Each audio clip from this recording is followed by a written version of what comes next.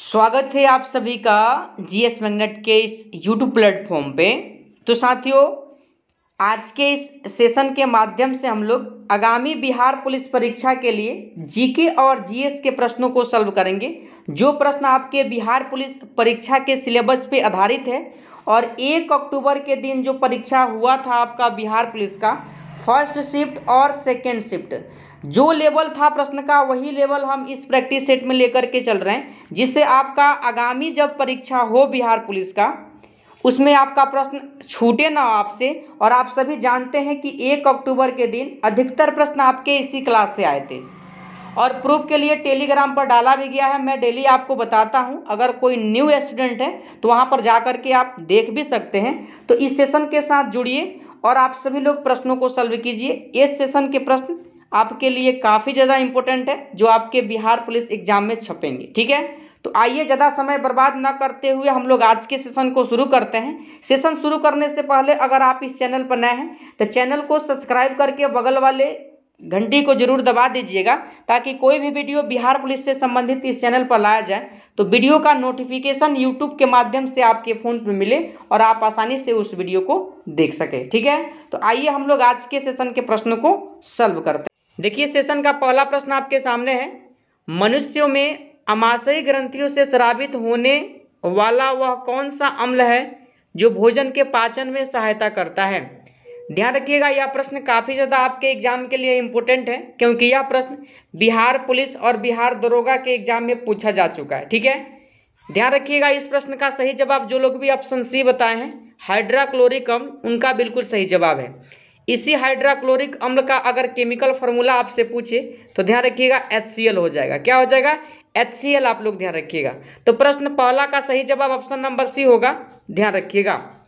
चलिए अगले प्रश्न को सॉल्व कीजिए। 2 नंबर, मानव पाचन तंत्र में इनमें से कौन सा एंजाइम प्रोटीन को प्रोटीएज और पेप्टोन में परिवर्तित करता है? देखिए, प्रश्न इंपॉर्टेंट है, हमेशा प्रोटीन से आपसे प्रश्न पूछा जाता है आपके एग्जाम में, ध्यान रखिएगा आप सभी लोग।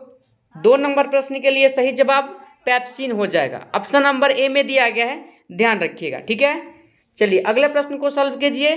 3 नंबर, निम्नलिखित में से किसकी कमी के कारण रक्त का थक्का नहीं जमता है? रक्त का थक्का नहीं जमता है बताना है आप सभी को। ध्यान रखिएगा, यह प्रश्न भी बिहार पुलिस और बिहार दरोगा के एग्जाम में पूछा गया है। ध्यान रखिएगा, विटामिन के, विटामिन के ऑप्शन नंबर बी 3 नंबर प्रश्न का सही जवाब होगा। इस बात को आप लोग ध्यान रखिएगा।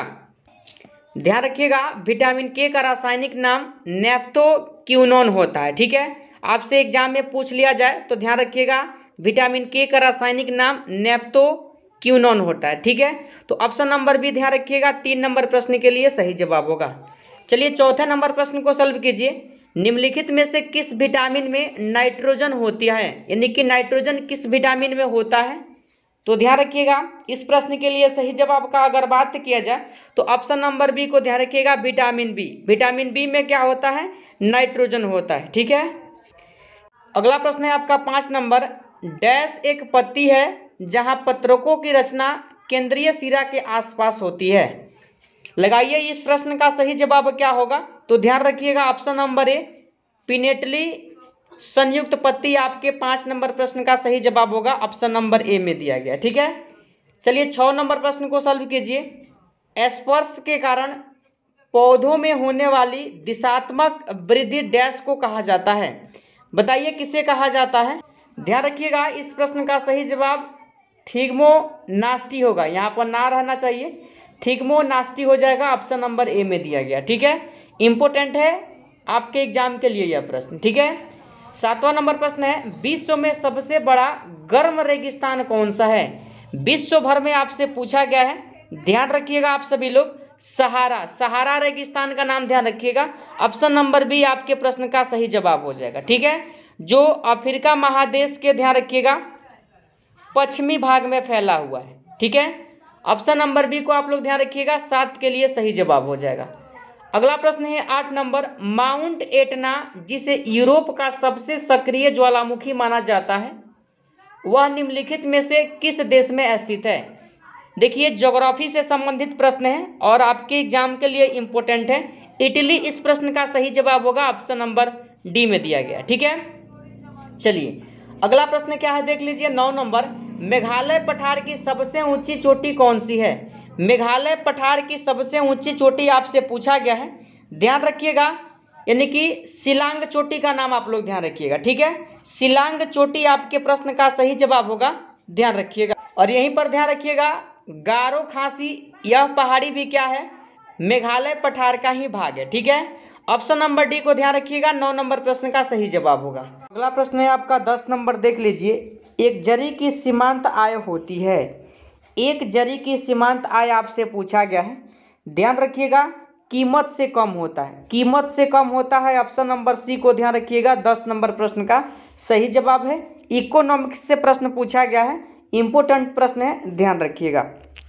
अगला प्रश्न है देखिए 11 नंबर आपका, काराधान एक उपकरण है, ध्यान रखिएगा, काराधान राजकोषीय नीति का एक उपकरण है, ठीक है। ऑप्शन नंबर बी में दिया गया, ध्यान रखिएगा, राजकोषीय नीति का 11 के लिए सही जवाब ऑप्शन नंबर बी हो जाएगा, ठीक है।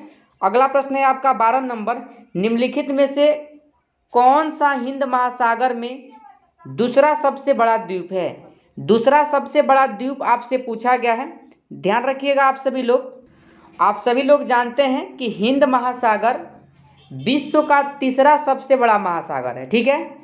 और ध्यान रखिएगा, इस प्रश्न का सही जवाब श्रीलंका हो जाएगा, ठीक है, श्रीलंका आप लोग ध्यान रखिएगा। अगर पहला आपसे बड़ा द्वीप पूछे तो ध्यान रखिएगा, रियूनियम मेडागास्कर का नाम आप लोग ध्यान रखिएगा, ठीक है, मेडागास्कर का नाम आप लोग ध्यान रखिएगा, ठीक है।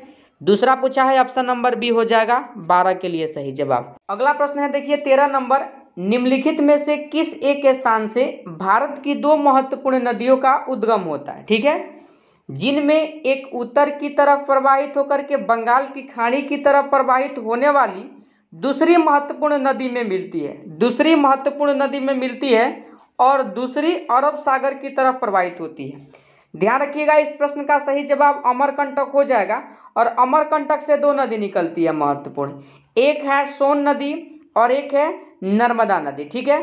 ध्यान रखिएगा, सोन नदी जो है अमरकंटक से निकलने के बाद उत्तर की ओर प्रवाहित होती है और गंगा नदी में मिल जाती है, यानी कि बंगाल के खाड़ी में अपना जल गिराती है, ठीक है। वही नर्मदा नदी का बात किया जाए तो यह पश्चिम की दिशा में प्रवाहित होती है और यह अपना जल अरब सागर में जाकर के गिराती है। तो 13 का सही जवाब ऑप्शन नंबर ए अमरकंटक होगा, ध्यान रखिएगा। अगला प्रश्न है आपका 14 नंबर, निम्न में से किस राज्य में टीन अयस्क का प्रमुख भंडार है? ध्यान रखिएगा, प्रश्न इंपोर्टेंट है। ऑप्शन नंबर सी हो जाएगा आपके प्रश्न का सही जवाब, छत्तीसगढ़ राज्य का नाम आप लोग ध्यान रखिएगा, ठीक है। और यहीं से बिहार पुलिस में एक प्रश्न पूछा गया है, बैलाडीला की खान किस राज्य में है? ध्यान रखिएगा, बैलाडीला की खान जो है छत्तीसगढ़ में है और लौह अयस्क के लिए क्या है? प्रसिद्ध है, ठीक है। आइए हम लोग अगले प्रश्न को सॉल्व करते हैं। अगला प्रश्न है 15 नंबर आपका, देख लीजिए, भारत में टीन का अग्रणी उत्पादक है, उत्पादन में पूछा गया है तो ध्यान रखिएगा, प्रथम स्थान पर उत्पादन में जो हो जाएगा छत्तीसगढ़ ही होगा। ऑप्शन नंबर बी को ध्यान रखिएगा, 15 का सही जवाब। अगला प्रश्न देखिए, कोरबा कोयला क्षेत्र अवस्थित है, किस राज्य में अवस्थित है? तो ध्यान रखिएगा, यह क्षेत्र छत्तीसगढ़ में, कहाँ है? छत्तीसगढ़। ऑप्शन नंबर बी होगा, 16 के लिए सही जवाब। 17 नंबर प्रश्न है, लाल मृदा वर्ण किसके कारण होता है? लाल मृदा का रंग लाल किसके कारण होता है, यही आपसे पूछा गया है तो ध्यान रखिएगा, यानी कि लौह यौगिक के कारण होता है। ऑप्शन नंबर सी होगा, 17 के लिए सही जवाब। इस बात को आप लोग ध्यान रखिएगा, ध्यान रखिएगा, इस लौह यौगिक के स्थान पर आपको आयरन ऑक्साइड मिलेगा या लौह ऑक्साइड मिलेगा, इसी की वजह से इसका रंग क्या होता है, यानी कि लाल मिट्टी का रंग लाल होता है। अगला प्रश्न है 18 नंबर, किस प्रकार की मृदा में सबसे अधिक निक्षालन होता है? किस प्रकार के मृदा में होता है? तो ध्यान रखिएगा, लेटेराइड मृदा में होता है। लेटेराइड मृदा आपके प्रश्न का सही जवाब होगा, इस बात को आप लोग ध्यान रखिएगा। चलिए अगला प्रश्न क्या है, सॉल्व कीजिए। 19 नंबर प्रश्न, भारत यानी कि भाषा के आधार पर राज्यों का पुनर्गठन किस वर्ष में किया गया था? अगर भाषा के आधार पर बात किया जाए तो ध्यान रखिएगा, यानी कि ऑप्शन नंबर डी को आप लोग ध्यान रखिएगा, 1956 में किया गया था, ठीक है। चलिए अगला प्रश्न क्या है देखिए यहाँ पर, अगला प्रश्न है, देखिए यहाँ पर 20 नंबर, इनमें से किसकी फ्यूजिफॉर्म रूट जड़ होती है? बताइए फ्यूजिफॉर्म रूट जड़ किसकी होती है? तो ध्यान रखिएगा 20 नंबर प्रश्न के लिए जो लोग भी सही जवाब ऑप्शन नंबर बी बता रहे हैं, मूली, मूली आपके प्रश्न का सही जवाब होगा। ध्यान रखिएगा ऑप्शन नंबर यानी कि बी में दिया गया है। अगला प्रश्न है, देखिए 21 नंबर आपका, एक मानव कोशिका में कितने गुणसूत्र होते हैं? ध्यान रखिएगा 46 होता है या 23 जोड़ा होता है? जोड़ा में पूछे तो ध्यान रखिएगा 23 जोड़ा, ठीक है, और ध्यान रखिएगा अगर संख्या में पूछे तो 46 हो जाएगा। देखिए 46 दिया है, ऑप्शन नंबर सी आपके प्रश्न का सही जवाब होगा। अगला प्रश्न है 22 नंबर, विरोधी गुणों का युग्म जो समान विशेषताओं को नियंत्रित करता है क्या कहलाता है? बताइए क्या कहलाता है? 22 का सही जवाब क्या होगा? तो ध्यान रखिएगा 22 के लिए सही जवाब आपका हो जाएगा यानी कि ऑप्शन नंबर सी, यानी कि एलील कहलाता है, युग्म विकल्पी कहलाता है जिसे एलील कहा जाता है। ऑप्शन नंबर सी होगा 22 के लिए सही जवाब, ध्यान रखिएगा। अगला प्रश्न है, देखिए यहाँ पर 23 नंबर, एक गुणसूत्र में निम्नलिखित में से क्या उपस्थित होते हैं? ध्यान रखिएगा डीएनए तथा प्रोटीन। ऑप्शन नंबर सी होगा 23 के लिए सही जवाब, ध्यान रखिएगा। अगला प्रश्न है 24 नंबर, देखिए यहाँ पर निम्नलिखित में से क्या एक आनुवांशिक विकास नहीं है? आनुवांशिक विकास कौन नहीं है? तो ध्यान रखिएगा ऑप्शन नंबर सी को, यानी कि एड्स। एड्स क्या है? एक प्रकार का यौन संबंधित रोग है। क्या है? यौन संबंधित रोग है। यही क्या है? आनुवांशिक विकास नहीं है। ऑप्शन नंबर सी होगा 24 के लिए सही जवाब। जबकि वर्णधाता रोग का बात किया जाए, थैलेसीमिया का बात किया जाए तो यह क्या है? आनुवांशिक विकास रोग है, मतलब आनुवांशिक रोग है, ठीक है। चलिए अगला प्रश्न देखिए 25 नंबर, लगभग 65 मिलियन वर्ष पहले डायनासोर किस अवधि के अंत में विलुप्त हो गए? बताइए किस अवधि के अंत यानी कि अंत में विलुप्त हुए थे? तो ध्यान रखिएगा क्रेटेशियस। क्रेटेशियस आपके प्रश्न का सही जवाब होगा, ऑप्शन नंबर ए में दिया गया, ठीक है। अगला प्रश्न है 25 number, British east India company ने बम्बई किससे लिया था? बताइए किससे लिया था बम्बई? तो ध्यान रखिएगा पुर्तगालियों से लिया था। किससे लिया था? पुर्तगालियों से लिया था। ऑप्शन नंबर डी होगा, यानी कि 25 के लिए सही जवाब, ध्यान रखिएगा। ध्यान रखिएगा आप सभी लोग 1661 में पुर्तगाल की राजकुमारी कैथरीन का जो विवाह था इंग्लैंड के सम्राट चार्ल्स द्वितीय के साथ हुआ था। तो पुर्तगालियों ने दहेज में मुंबई को दिया था, इस बात को ध्यान रखिएगा।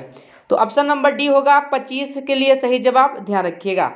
अगला प्रश्न है 26 नंबर, वॉशिंग मशीन तथा माइक्रोवेव ओवन एक डैश से चलते हैं जो उनके अंदर लगा होता है। बताइए क्या लगा होता है? तो ध्यान रखिएगा option number B, electronic machine. यह क्या है? एक प्रकार का इलेक्ट्रॉनिक मशीन है, इस बात को आप लोग ध्यान रखिएगा। चलिए अगला प्रश्न क्या है, देखिए यहाँ पर 27 नंबर, भारतीय विरासत के लघु चित्रों का विकास इनमें से कहाँ नहीं हुआ है? कहाँ पर नहीं हुआ है आपसे प्रश्न पूछा गया है। ध्यान रखिएगा किशनगढ़ में नहीं हुआ है, बाकी मेवाड़, जूनागढ़ और बूंदी में क्या है? हुआ है, ठीक है। ऑप्शन नंबर सी हो जाएगा 27 के लिए सही जवाब। अगला प्रश्न है आपका 28 नंबर, भूकंप की शक्ति के परिणाम को डैश पैमाने पर व्यक्त किया जाता है। बताइए 28 का सही जवाब क्या होगा? तो ध्यान रखिएगा भूकंप के जो शक्ति का परिणाम है, ऑप्शन नंबर डी को ध्यान रखिएगा, रिक्टर स्केल, ठीक है। रिक्टर स्केल आपके प्रश्न का सही जवाब हो जाएगा, ऑप्शन नंबर डी में दिया गया है।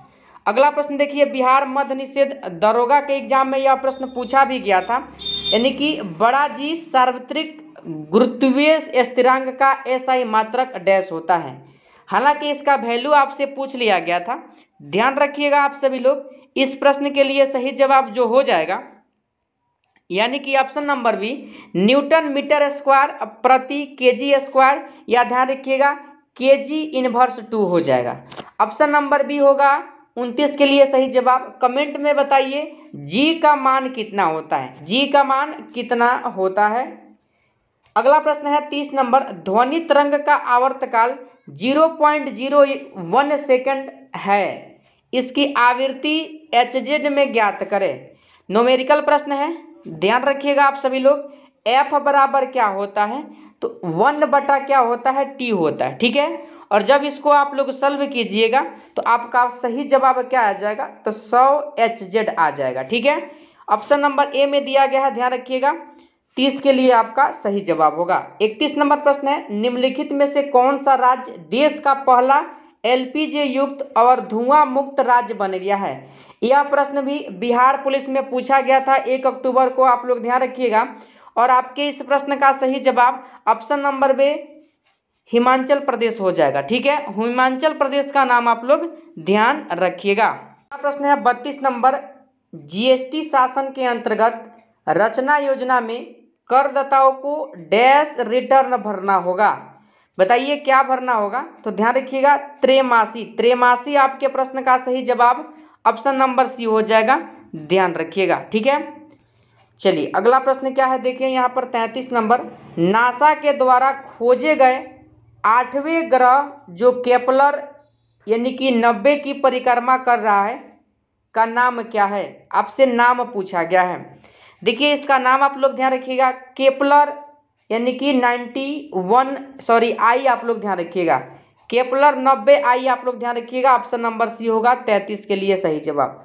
अगला प्रश्न है 34 नंबर, सलार जंग संग्रहालय कहाँ स्थित है। बताइए यह संग्रहालय कहाँ पर स्थित है, तो ध्यान रखिएगा आप सभी लोग। इस प्रश्न के लिए सही जवाब हैदराबाद यानी कि तेलंगाना आप लोग ध्यान रखिएगा। ठीक है, ऑप्शन नंबर बी हो जाएगा 34 के लिए सही जवाब। अगला प्रश्न है देखिए, और यह प्रश्न भी आप लोग देखिए बिहार पुलिस 1 अक्टूबर के दिन पूछा गया था। ठीक है, ल्यूएनहॉक ने सबसे पहले स्वतंत्र जीवित कोशिकाओं की खोज डैश में की थी, किसमें किया था, तो ल्यूएनहॉक से संबंधित प्रश्न आपके 1 अक्टूबर के दिन परीक्षा में पूछा गया था। और ध्यान रखिएगा आपके प्रश्न का सही जवाब तालाब के जल में किया था। ऑप्शन नंबर ए होगा 35 नंबर प्रश्न के लिए सही जवाब। इस बात को आप लोग ध्यान रखिएगा, यानी कि जीवाणु की का खोज पूछे तो ल्यूएनहॉक आप लोग ध्यान रखिएगा। चलिए अगला प्रश्न क्या है आप, अगला प्रश्न 36 नंबर है, ट्रिप्सिन निम्नलिखित में से किसमें उपस्थित होता है। तो ध्यान रखिएगा 36 के लिए सही जवाब ऑप्शन नंबर डी को ध्यान रखिएगा, अग्नाशयी रस में होता है। ठीक है, अगला प्रश्न है आपका 37 नंबर, देखिए भारतीय संसद के सदनों का शस्त्रावसान किसके द्वारा किया जाता है।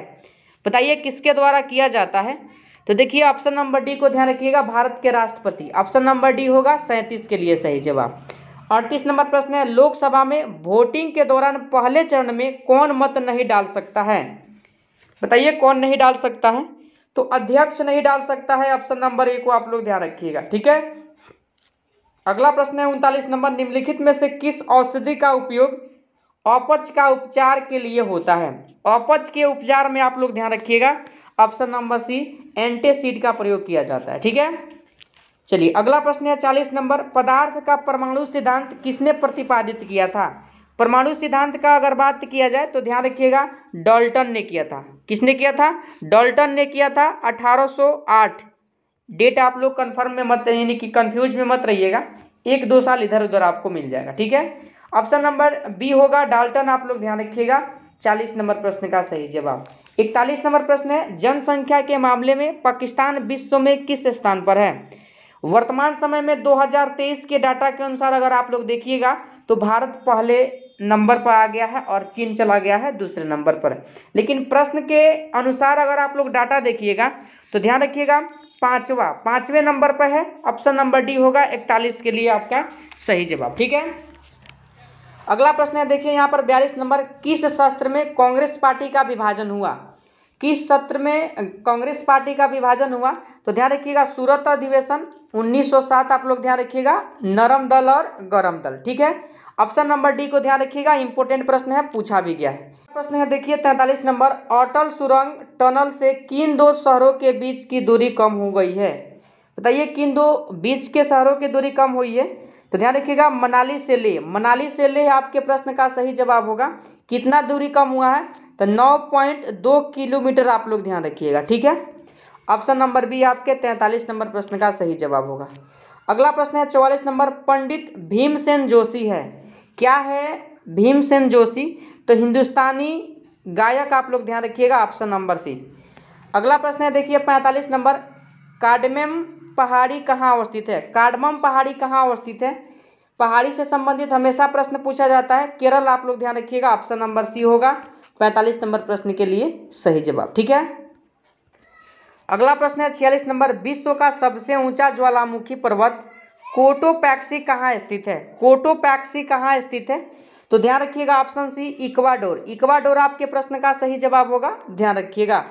अगला प्रश्न है 47 नंबर, देखिए यहाँ पर, निम्नलिखित में से कौन सी घटना वारेन हेस्टिंग के काल से संबंधित नहीं है? वारेन हेस्टिंग के काल से संबंधित घटना कौन नहीं है?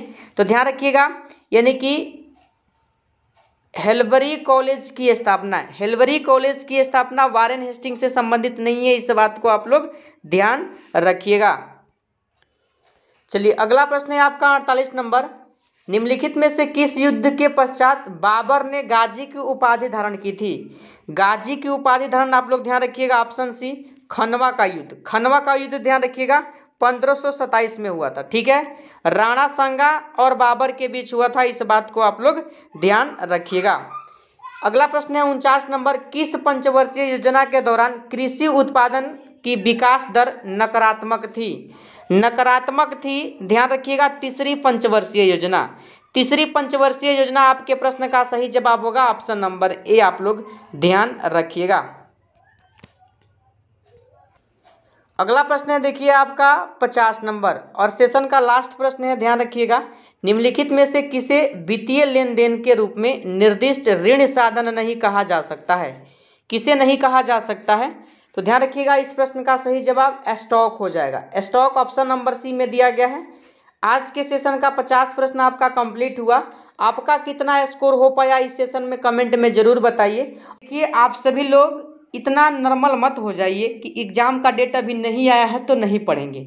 ध्यान रखिए, जब यह सोच आपके दिमाग में है ना, तो आपका जीवन में कभी जॉब नहीं होने वाला है। जब उसी का होगा जो लगातार मेहनत कर रहा है, लगातार अपने बुक प्रैक्टिस सेट के साथ जुड़ा है, जो हम सॉल्व करा रहे हैं प्रश्न उसके साथ जुड़ा है, लगातार प्रश्न को सॉल्व कर रहा है, तो एक दिन उसे सफलता जरूर मिलेगा।